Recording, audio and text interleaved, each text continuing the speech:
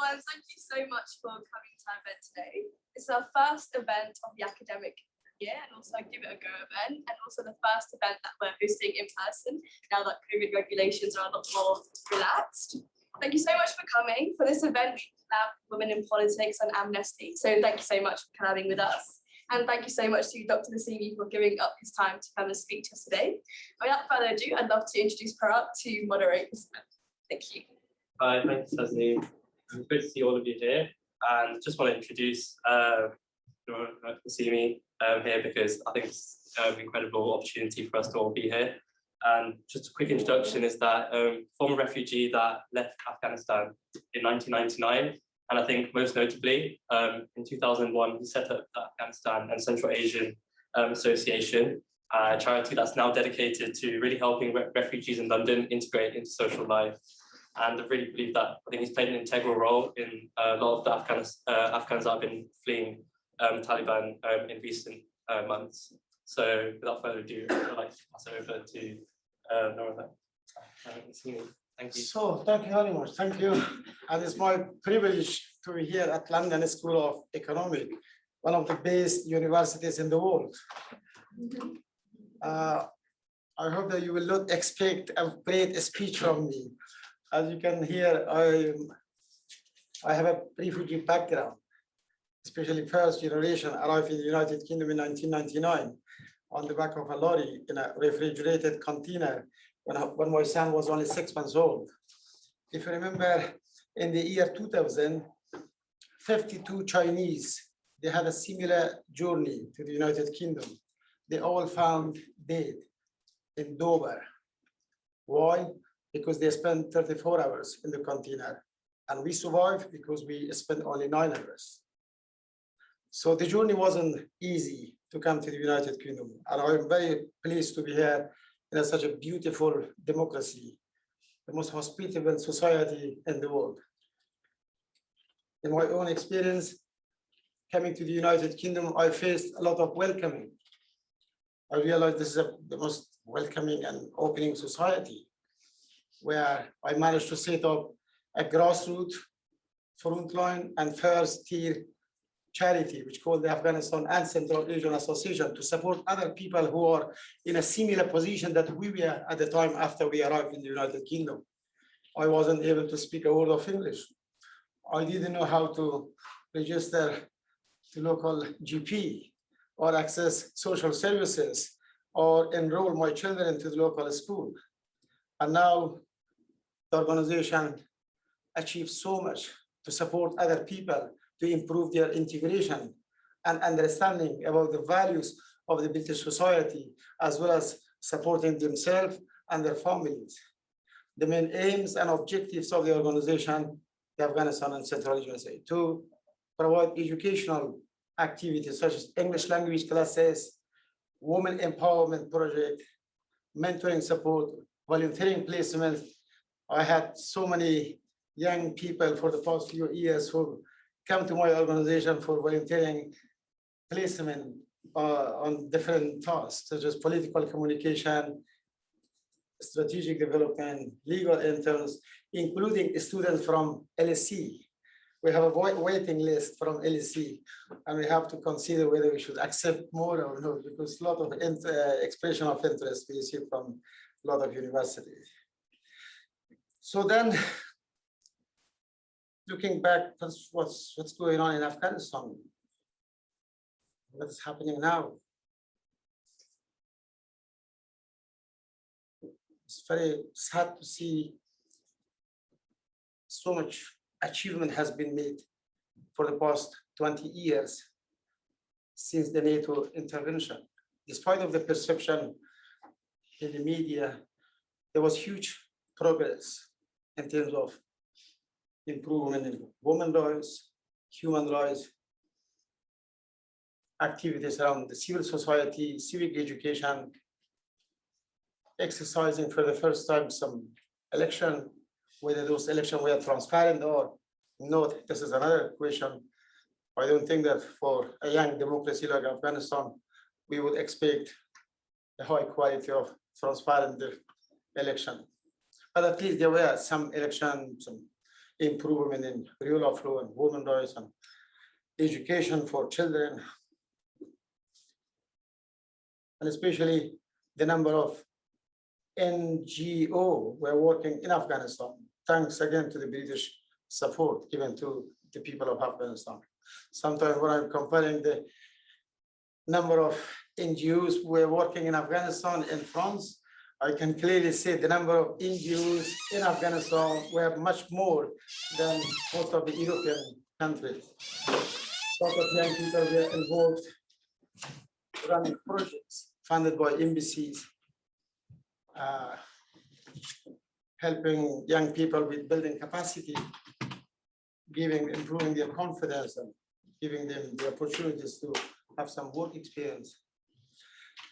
But then suddenly, after 20 years of the achievements, huge achievement made in Afghanistan, 45 days, I think, the capital of the country was seized by the Taliban.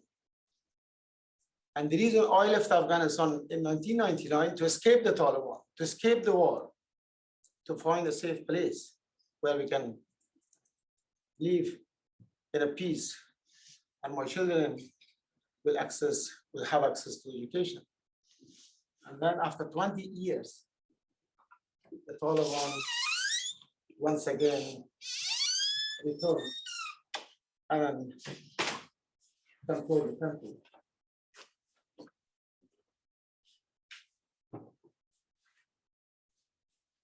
I think a lot of people, they don't understand the geographical position of Afghanistan. The biggest problem of the ongoing conflicts in Afghanistan is the geopolitics and geoeconomics of the country. Afghanistan, I think, experienced 700 years of conflicts and war. Of course, Afghanistan wasn't exist as a country 700 years ago. Afghanistan only was created 250 years ago as a buffer state, as a buffer zone between the Soviet and the British India. But then, looking at growing influence of neighboring countries such as Russia and China, as well as India, and Pakistan, and Iran, which is a serious indication of insecurity and growing uncertainty for the future of Afghanistan. What's going on now? I was reading last night a very important article which was written by Halford Mackinder. I don't know if I spell his name properly. Halford Mackinder, one of the British political geographers. He said Afghanistan is the heart of Asia. And I think Afghanistan is the heart of the world. Any major power will have Afghanistan in control, they will have the control of the world.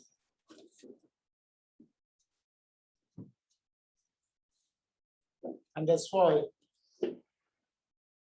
there's a great game is going on in that region. All regional power, they have their own interest. And the main interest is economic influence, economic cooperation. At the same time, when I was reading the article that the Shanghai cooperation started in June 2001, before the 9/11, September, where the Central Asian leaders, the Chinese and the Russian, they come together to discuss about the future of the region in terms of economy. And then suddenly, after 2-3 months, we had the NATO intervention to remove the Taliban. So in my belief, I think there's some connection between the meeting between the Central Asian, the China and Russia, the Russian leaders in June the 21st. But then in September, after September 11, then we had the NATO intervention in it. So I think that this shows that this is a part of the great game for the major power in terms of the proxy war.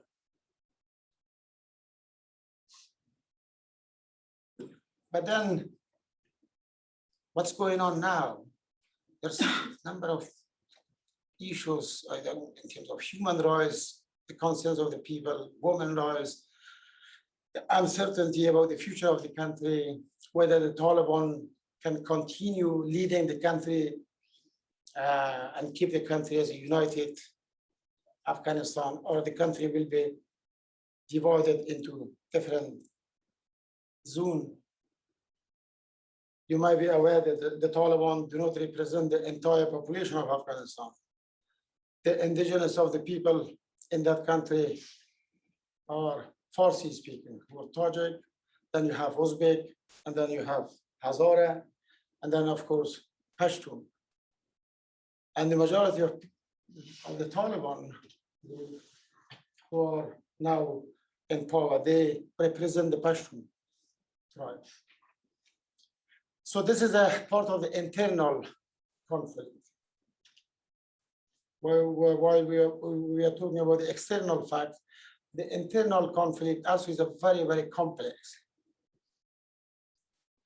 And that's why I'm worrying about the future of the country in terms of any securing any peace and stability in the longer term, if the tension between different tribes and different ethnic groups is increased dramatically. And I don't think that we can solve these problems alone by ourselves without the support of Britain and other nations in the world. The Taliban already started persecuting people, torturing people. The Taliban already killing those activists who were working at the embassies, working as a translator, working in the civil society. The Taliban, they don't believe on women's rights. They don't believe on gender equality. They don't allow children to go to school, in particular girls. They have already announced their strict policies on girls' education. But then the people on the other side of the country, in the north of Afghanistan, they want to see prosperity. They want to live the same like you are living in the United Kingdom. And this is the biggest problem in Afghanistan. While you have different tribal tension or culture, one part of the country, you want to see prosperity. The other side, on the 21st century, stoning women. Organizing suicide explosion. They don't allow women to attend the school. They don't believe on any democracy or democratic values.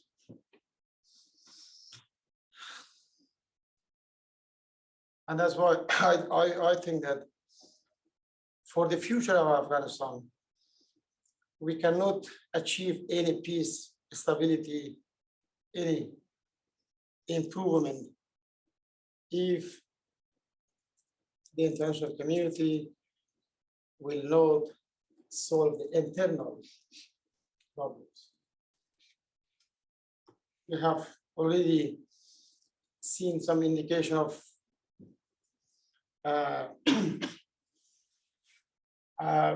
support from Tajikistan to the north of Afghanistan to resist against the Taliban. And I think if the Tajikistan will start supporting the people in the north of Afghanistan, then of course this conflict will spread more and more and more in the wider region. And there will be eventually the Third World War. This is my belief, whether you believe or not, but this is my feeling. The First World War started in 1914 in Europe. The Second World War started again in Europe in 1939. And I feel that the Third World War this time will start in Asia, but I don't think this war in Asia will not affect the life of the people here in the West. Most of the countries, they have a nuclear bomb, including Pakistan, Russia, China, Iran. How can you prevent those countries to not use those nuclear weapons? After the Second World War, Churchill initiated the name for the European community. The Europe suggested of establishing the United States of Europe. But I think there is a strong need for Afghanistan, not for Afghanistan, for the region, to set up an Euro-Asian cooperation. If we really want to have peace, stability, not just in Afghanistan, but in the entire world. Because everything is about money, finance, economic. And most of the fighting and competition between those countries, including India and China and Russia, Iran, competing, involving in proxy war in Afghanistan is just because of the resources available in that region. According to some of the report published by CIA, Afghanistan, in terms of the minerals, is a very rich country in the world. We have a very huge amount of uranium, lithium, including gas, oil, wine, and so many other important stores.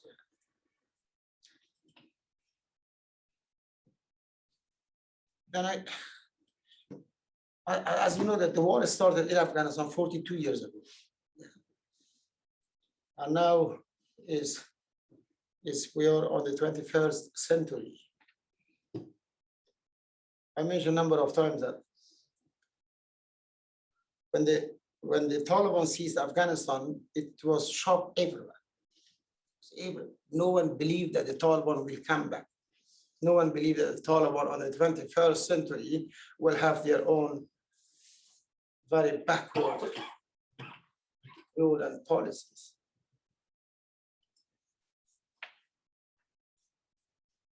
And that's why we, as a diaspora here in the United Kingdom, as well as in other countries, trying to increase lobbying, campaigning, talking and meeting more students like yourself, where we can maybe come together.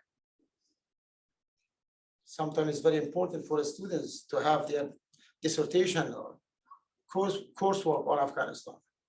I mentioned about the Euro-Asian cooperation. I don't think you have heard this in the past.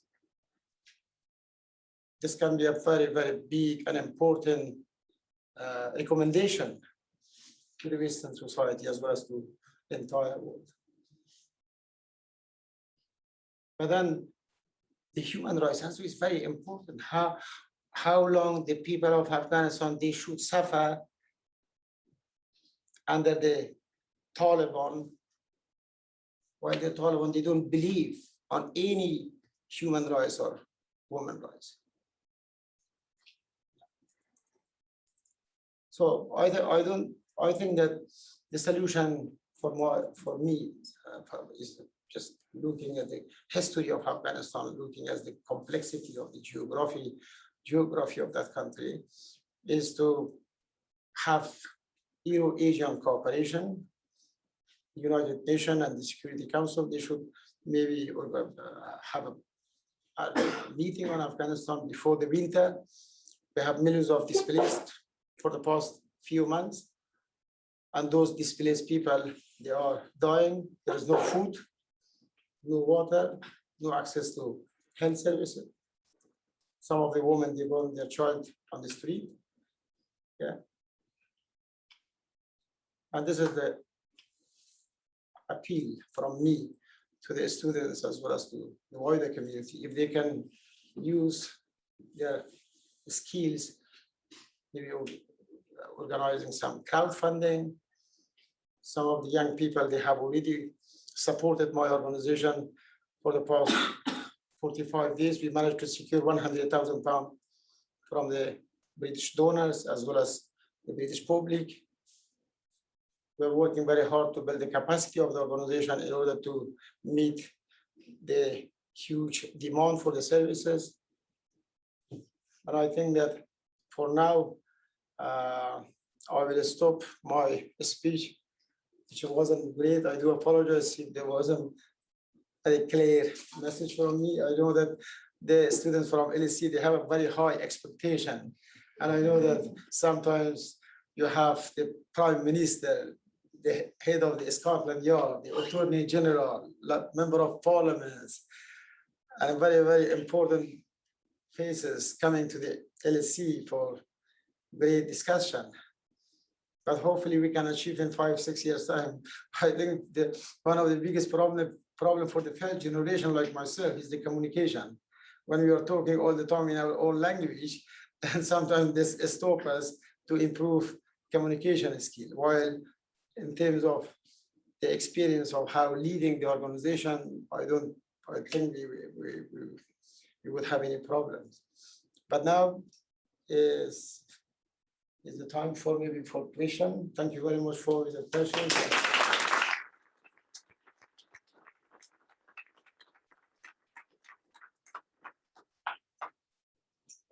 Thank you very much for your insight into the current issues that are prevailing in the country.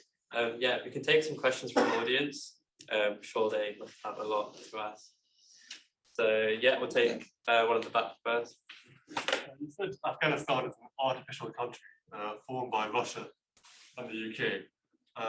Should Afghanistan remain a single country in this unstable state with, or should the Pashtuns, Tajiks, etc. form their own states? Afghanistan should fracture into a more natural arrangement. Sorry, because you have the.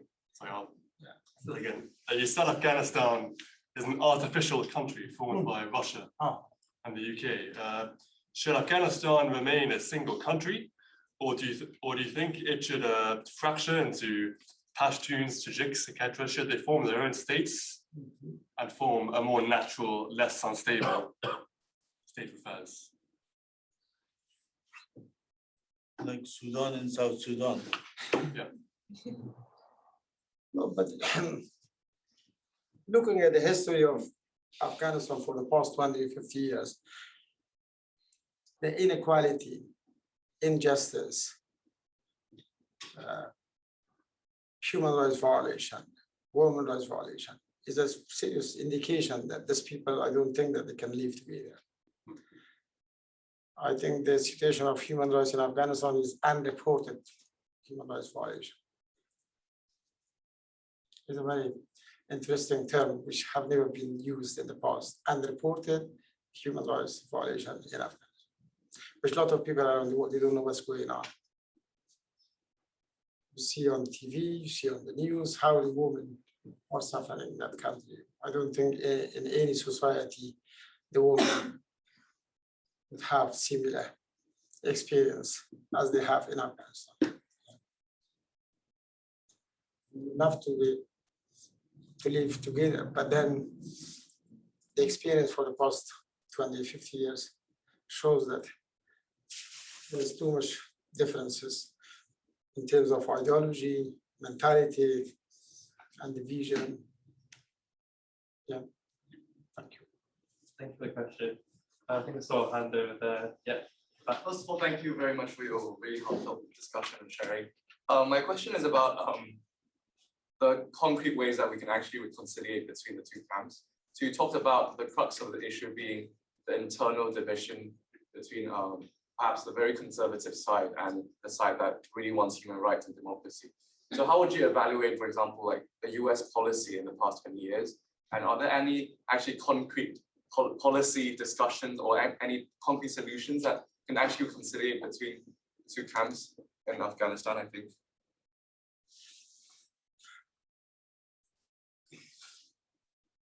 I think I briefly touched on the improvement on human rights and women's rights, and so many other achievements has been made in the country for the past 20 years under the NATO intervention. But then at the same time, when you have regional influence growing in that region, sometimes it's difficult for the US to just sit them aside and looking from far away. Every country, they have their own national interest. Yes, except Afghanistan. Yeah, We haven't nation. we haven't. You Well, we don't have any because national you interest. no nation. You are. So looking, for example, while I'm very positive about the British democracy, but at the same time, when you're looking the approach of the Western country towards the Syrian refugees, and then the Afghanistan crisis is completely unfair.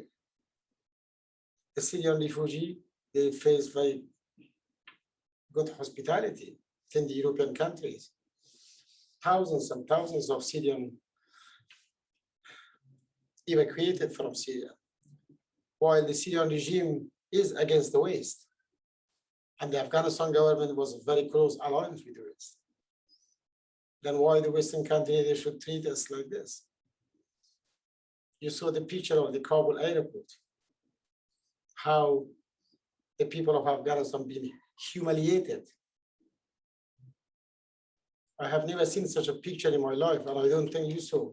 And I don't think anyone seen in the world that people, the aircraft is moving and thousands of people walking under the aircraft as well as grabbing to the aircraft. And the evacuation was only for 1 week. Then the Foreign Secretary, Dominic Raab, after the crisis started in Afghanistan, was talking about establishing a safe passage and humanitarian corridor. Until now, no any update, no any news with the establishment of safe passage or humanitarian corridor for Afghanistan. And this is the important things that I am asking you, that you are studying as the most important university in the world. Make a team, start campaigning, start organizing more debate and discussion, inviting more politicians from the British government as well as US Embassy, telling them why there is double standard towards the people of Afghanistan. We have sacrificed because of this big game. Then we need to be treated the same like the Syrian, and we deserve to be respected. Thank you. Thank you. Yeah, you take one. Hi, thank you. My question is, after 20 years of Western intervention and supposed nation building, do you think everything has been reversed with this withdrawal, or do you think that some aspects of improvements have remained in Afghanistan? No, the whole entire infrastructure now is stopped. There is no any activities around the country. Millions of people now, they are unemployed, and they haven't received salary for the past maybe 2 months. So the people of Afghanistan, in order to work, it's just the small salary that they are receiving on a monthly basis. So there is no any income for the people. The level of poverty, the people, they are living under extreme poverty at the moment. Thank you. Thank you. I think, yeah. It's interesting how you brought up like geopolitics and how it affects. And what particularly hit me was that when you said that Afghanistan had no national interests of its own. And I was talking to a person I met, random Afghan person. I only had like 10 minutes. One of the conversations they had, one of the opinions they had was that the US basically chose the leaders of Afghanistan rather than organically letting a leader arise. So what he was arguing was that Zahir Shah at that time was the most popular person, and it should have been Zahir Shah, the previous monarch, who should have taken over. But because he believed in, he had a position on the Durand line and believed in Afghan national interest, he wasn't made leader. Do you think that if that happened, we would be in a better situation today, or? I think, unfortunately, some of the writers who were writing the history of Afghanistan, they were not very honest toward the politics in Afghanistan. You mentioned about the king of Zahir Shah. I think one of the bad legacy for the people of Afghanistan, what we are now experiencing, is the legacy of Zahir Shah. When Zahir Shah was the king of Afghanistan, we have on the other side of the border another Shah in Iran. So you can see the Shah in Iran made Iran the most civilized country in the world. But then on the other side of the border, Afghanistan, the king of Afghanistan, Zahir Shah, keep people very, very, very, very dark. Under Zahir Shah, only 2% of the people, they could write and read, only 2% in the entire population. Yeah. So when you're talking about organic and non-organic, this is also very complex. I don't think that most of the countries around the world, they have the opportunity to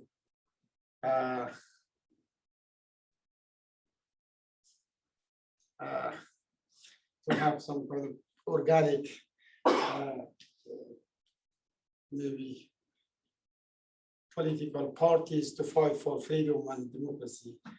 It is all depend about external influence. In particular for Afghanistan, I don't think that we can, if, for example, my dream was after I came to the United Kingdom looking at such a beautiful democracy, I thought maybe I can go back to Afghanistan as a second Nelson Mandela or Gandhi for Afghanistan. But then I realized this was just a dream. Anyway, yeah. Thank you. Yeah. Earlier, I think you mentioned that you wished for greater economic integration of Afghanistan with other countries in Asia as a long-term solution to Afghanistan's current instability. Is that what you mentioned just now? Like more economic cooperation. I say that I don't think that any single cooperation would help peace and stability in the region. That's why my recommendation was for the future of the world, for the future of Afghanistan, for the future of the region, is to set up Euro-Asia economic cooperation. And which parties do you think should spearhead such efforts to establish this cooperation between Europe and Asia? So as they did after the Second World War, they set up the European community. How they set up the European community? Some of the European leaders, they come together to set up the European Union, and now they can do the same thing. So some of the European leaders, as well as Asian leaders, they have to come together to prevent human disaster in the longer term. But do you think that in the current state of international relations between European countries and in Asia, do you think such cooperation is still feasible for now to solve the crisis? Population? Sorry, what did you say? I said now with the current division between Europe and Asia, do you think that such a solution is feasible to solve the current crisis? I think everything is possible, yeah. Thank you. Yeah, Yeah. I wonder, what did you personally believe would happen after the US and NATO's withdrawal from Afghanistan? Did you have any like picture that you thought would happen or outcome? So, so as I said, we didn't believe that the US and NATO leave Afghanistan any soon. Because in 2014, after the coalition government between Ashraf Ghani and Abdullah Abdullah, there was an agreement signed by US and Afghanistan, which called bilateral security agreement. Yeah, we didn't expect for US to leave Afghanistan very, very soon. It seems that there are a lot of other things is going on that we don't know what's going on. Yeah. Thank you. Yeah. Hi, thanks very much for your talk. A lot's been said in the media about how the new Taliban aren't like the old Taliban. I'm not sure there's a lot of evidence for that, but what I'm especially concerned about is what are the motivations for the ground level Taliban fighter? What is it? Money? Is it ideology? Is it ethnic? And what does that mean for the future of peace? If it's about money, then economic development could be an answer. If it's more deep-rooted and it's about ethnic divisions, it becomes a lot more complicated how to get to peace. So why is the Taliban recruit fighting? So to answer this question, we should just go back and see the mentality of the previous government under the Ashraf Ghani Ahmadzai. Again, that's why I'm saying there are a lot of unreported human rights abuses from Afghanistan. For example, Ashraf Ghani Ahmadzai, we come from a gypsy background. We call them Kuchi. And the Kuchi, normally in Afghanistan, they don't serve military services. They don't pay tax. During the winter, they are traveling to Pakistan because of the nice weather. During the summer, they are using our nice weather in Afghanistan. No any checkpoint in the border between Afghanistan and Pakistan.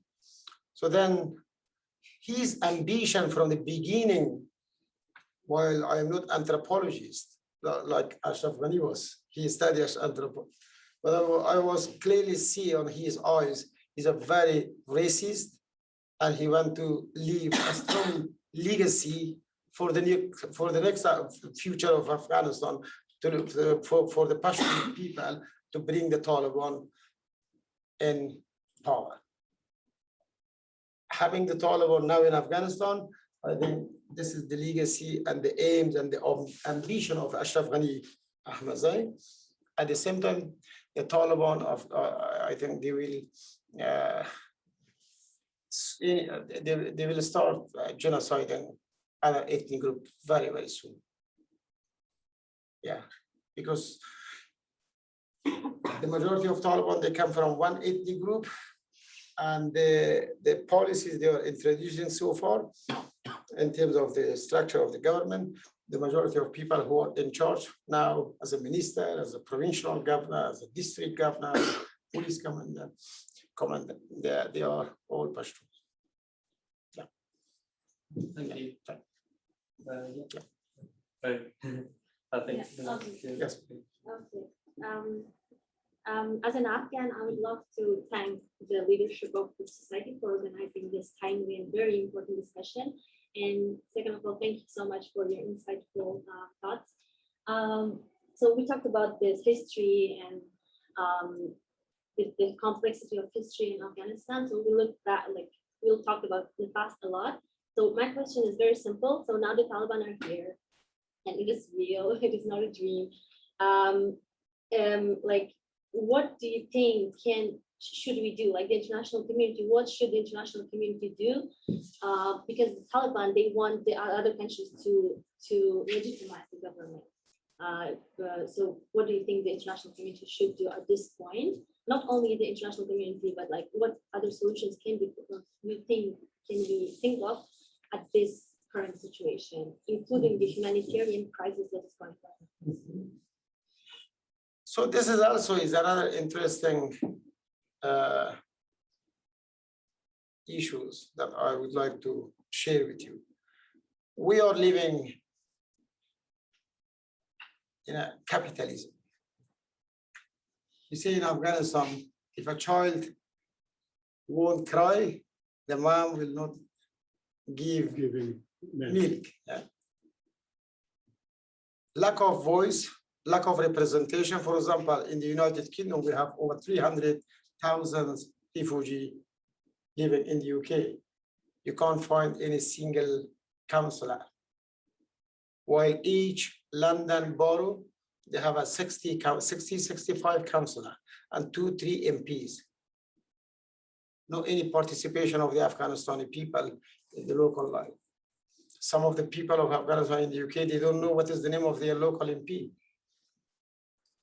And this is happening the same in the United States, in other European countries.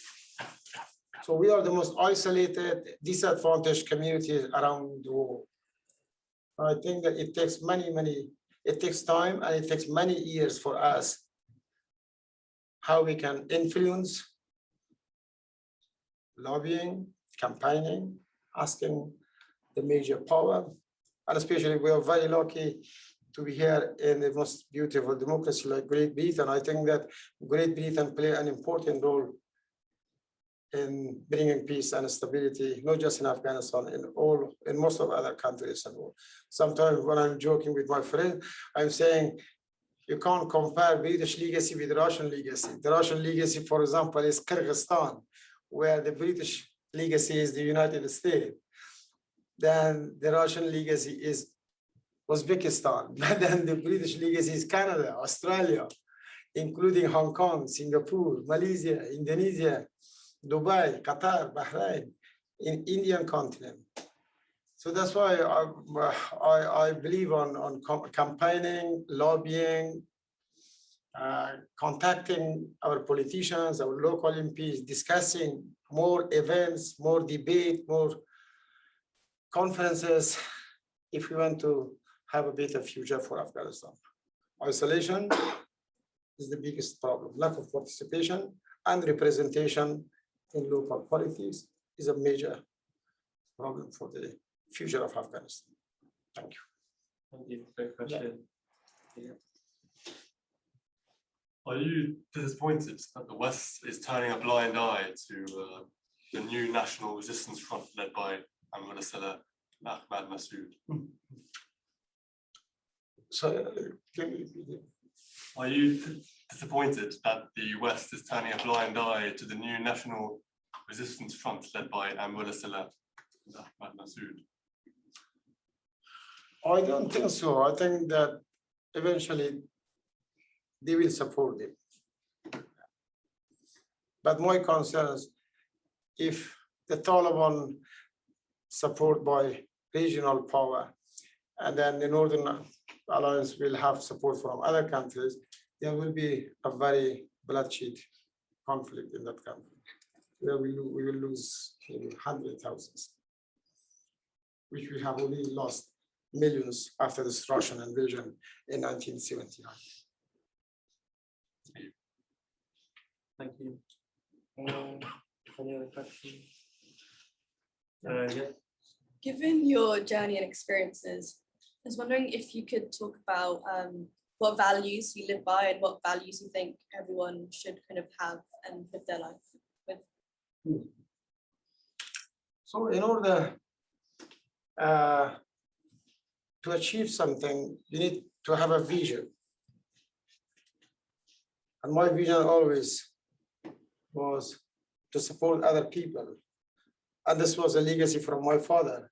I remember my father 80 years ago, at that time, the houses wasn't the same like the houses built for the past 20 years after the NATO intervention.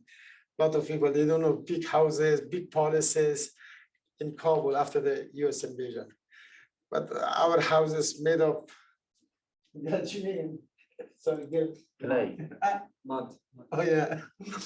So I remember the next house that was built by my father, given to his sister, and we were living in one room, 6 people, very, very poor, in a very extreme poverty.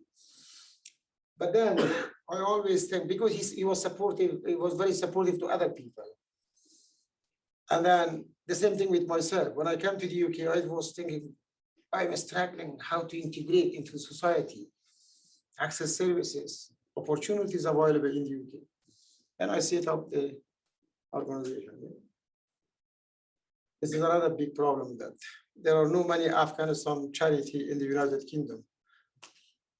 In all over UK, we have maybe 2 or 3 formal charities operated by the people of Afghanistan. So this is the thing that I encourage my people, my community, to participate in a community life, improve language skill, writing skill. Yeah. Participation in a community life, I think, is very important, because I remember when I came to the UK, I attended many training and workshops while I wasn't able to even understand what they are talking about. But I never saw anyone from Afghanistan to be sitting beside me. I saw many people from more established community attending the training course, but not from Afghanistan. But this situation even now continues until now. The women, they are sitting at home. The husband working very hard outside. Women looking after small children, washing clothes, cooking food. Then the husband also, they don't have enough opportunities to spend their time with their children. In my case, I was always with my families and my daughters, with my son. My oldest daughter, Shabnam, today she was at the annual Conservative Party conference in Manchester. She went to Manchester last night with her sister. She is the founder of the Conservative Friends of Afghanistan, and now she's working in the House of Parliament. My second daughter is 27 years old. She finished LSE. She did her master here, and then she applied to Cambridge. She finished her PhD at Cambridge and started working at the COVID-19 NHS department last year. And this week she started working with some promotion in the Home Office. Yeah. So this is my advice to my community for a better future, to spend more time with their families and with their children. Thank you. Thank you. Yes. So this is more of just perhaps about you or the people that you've worked with. Yeah. So I come from a family of refugees from the Indian partition. So their experience was so traumatizing that for the longest time, they could not assimilate with the community. So I can imagine where you're coming from. So I just wanted to ask you if within the UK, in your initial years, or with the other Afghans coming here as well, what was the general experience with the community here? What were the experiences of racism? And if so, was it very explicit? And like, does that stop Afghan communities from even assimilating with the daily life and practices of the UK or any democracy for that matter? I don't think we can compare South Asian community. Yeah, of course. But because South Asian community, before coming to UK 75 years ago, they were familiar with the British culture, with the system. Where in the case of Afghanistan, the language and cultural barriers make it very, very difficult for them to understand the system. Language is the biggest barrier. So my question is that because there's very little literature on it, like you said, there's no representation. So what is the racism explicit in the UK where perhaps in employing people who are immigrants or refugees, or just in general day-to-day jobs, is there problems in employability as well? It's nothing to do with racism. I touch on these issues about capitalism, that we are living in a capitalism. Yeah? If you don't ask, you don't get. This is a very famous English proverb. So we have to make ourselves ready in such a competitive world. Yeah, there's a huge, big competition. The companies and employers and organizations, they want to employ someone with a great skill rather than someone who is struggling with language. And that's why after 2001, the Home Office stopped accepting migration from Afghanistan. They consider Afghanistan migrants as unskilled migrants. While according to some intelligence, my intelligence, even now, UK and British embassies in other countries around the world, they are giving visa to young people to come to UK because they have some skill. Yeah? No any society is happy to employ someone without proper skill. Thank you. I would like to go back to the comment you made about the South Asian community. Yeah, the experience of the South Asian community, the Afghan community, is very different in the sense that the South Asian community usually came with families, and then when they came, they had families to support them. When they got around in one area, they formed a community. Well, most Afghans who came to this country are just trying to flee for their lives. Like, you know, like the community thing is lost in their mind. You know, they're just like, where I live, most Afghans I know are, you know, I'm happy that your daughter is doing very well, but most Afghans I know are, you know, taxi drivers or my gardener or whatever. But with the South Asian community, there is a monolithic, there's a lobbying group in the sense that there is a British Bangladeshi identity. Not even like in a political sense. We have events like, you know, we have the, you know, Bengali New Year and everything. Would it help for the British Afghan community to progress in such a way to form a sort of a community on their own, to create a British Afghan identity rather than just assimilating and just, you know, forgetting about their heritage and all that? And that way they could raise, they could come together and, you know, lobby for their own country. Well, I think this is the matter of time. As I said, it takes many years. It's not something that we can achieve in a short term of time. Yeah, it takes time. Is there something we can do about it? Like, could we create, I don't know, a convention? I'm very Please come to my center and we can discuss this further. We can set up something, especially I'm saying to my community members, the war started in Afghanistan 42 years ago. When there is a war, there's a lot of opportunities in terms of money. Yeah? So when the war started 42 years ago after the Russian invasion, the migration from Afghanistan in the West was zero. There wasn't any single migrant from Afghanistan. So we missed the opportunities 42 years ago. Then the second opportunity arose 20 years ago after the NATO intervention. So 20 years ago, the migration just started.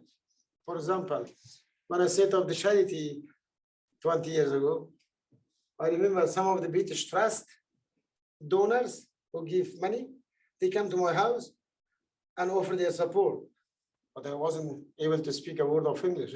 We were very emotional, crying, looking at the news, the US strike on Afghanistan, and then the ground officers, they left the house. They said, sorry, when you're ready,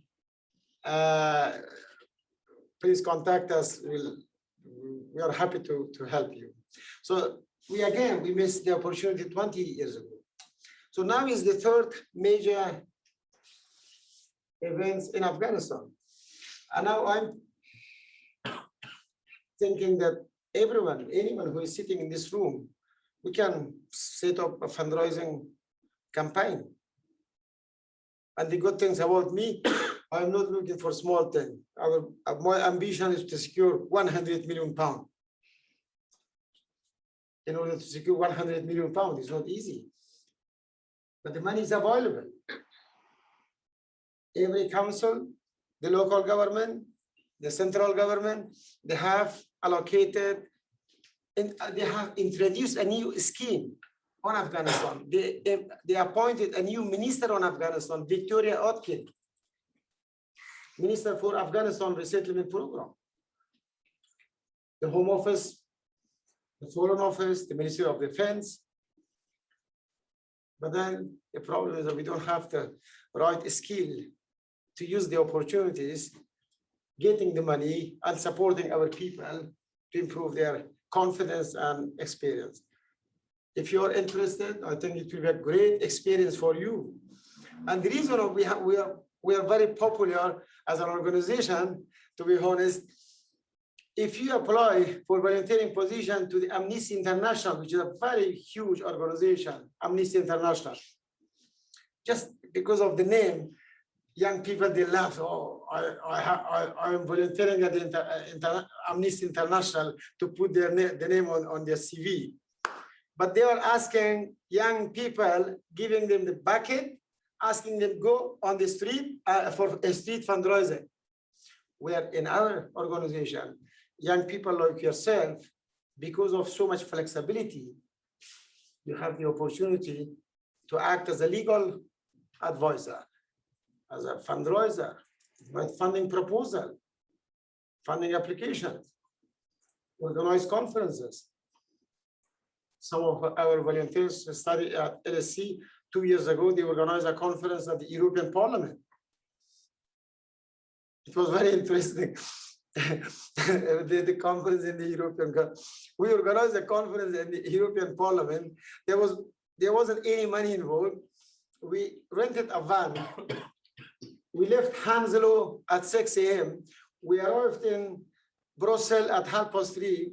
We had the meeting at the EU Parliament at 4. We finished at 6. We had some picture for Facebook, and then we had a dinner, and then we came back at 4:30 in London. And the people who organized the conference, they also went with us together to the EU Parliament. I mean, the volunteers from LSE. We had 2 conferences in Sweden 3 years ago, one in Berlin, one at the EU, a number of conferences in the House of Parliament. As I said, if you're interested, you're welcome to apply for any volunteering position. And this is our new center. I was launched 2 years ago in West London. Originally, we started from southeast of London, 22 years ago. Sorry if I was speaking too much, I do apologize. Yeah. I was wondering if you could give an insight into your childhood in Afghanistan, where you grew up and how it was like. It's very emotional and tragic. As I said, one room, my father, sisters, brother, 6 people. And then the next room was a storage. I was cutting a branch of trees and put it next room for my mom to cook food. And then, for example, during the summer, I was selling cold water with ice, sometimes vegetable and fruits on my head, going street by street and shouting, tomato, tomato.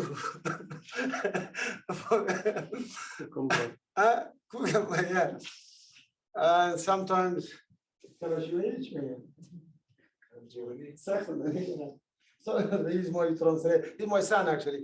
He's a Finnish king. He's 22 years old. Sometimes people they think he's 29. The reason because he grown up in the organization in the charity. He founded the Central Asian Society at King's. Yeah. Anyway, sometimes I'm asking how to translate. Like in the airport, you give people money to move your luggage around. Yes. On the weekend, I was working like slave, asking you if you have a bag, taking your bag to from one place to another place, and then you pay me a few pence. So working on this, and sometimes in factories when I was only 10 years old, 9 years old. It was very, and that's why I love my father. He died at the age of 53. But anyway, he was intentionally did this to make me very strong. And sometimes he was saying, there is no difference between you and the president. Why you shouldn't become the president? So, finish? Yeah. Yeah, I think some of your final questions. I think yeah, we can leave it there. So thank you very much for the hospitality.